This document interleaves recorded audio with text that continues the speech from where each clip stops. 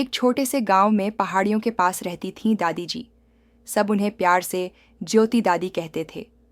उनकी उम्र भले ही 75 पार थी, लेकिन उनका दिल बच्चों जैसा था। हंसती, कहानियां सुनाती और हर सुबह जंगल की ओर टहलने जाती। गांव के बच्चे अक्सर उनके पास बैठते और उनसे जंगल के किस्से सुनते।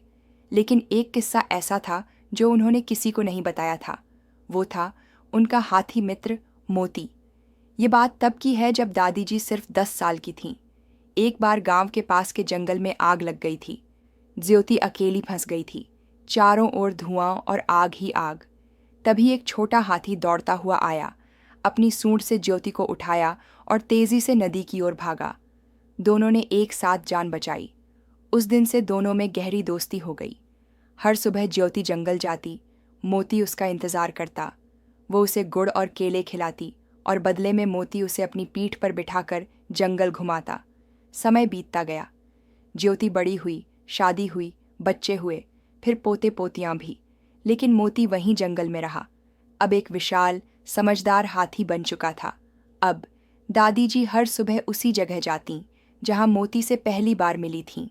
एक दिन गांव में अफवाह फैली कि जंगल में शेर आ गया है। सबको डर लगने लगा। लोग दादी जी को मना करने लगे कि अब वो जंगल न जाए। लेकिन दादी मुस्कुराईं और बोलीं, मेरे दोस्त की रक्षा उसके साथ की गई है। अगर वो अब भी वहीं है तो कोई शेर मुझे नहीं छू सकता। अगले दिन जब दादी जी जंगल गईं तो शेर सच में सामने आ गया। लेकिन तभी पेड़ों के पीछे से एक भारी गर्जना हुई। मोती आ गया था। इतने सालों बाद भी उसने अपनी दोस्त को नहीं भुलाया था। उसने शेर को खदेड़ा और दादी जी के पास आ खड़ा हुआ। दादी की आंखों में आंसू थे। उन्होंने मोती को गले लगाया। तेरे बिना मेरा जीवन अधूरा है मोती, वो बोली। उस दिन के बाद मोती रोज गांव के बाहर तक आता और दादी को जंगल की सैर कराता। गांव वालों का डर भी मिट गया।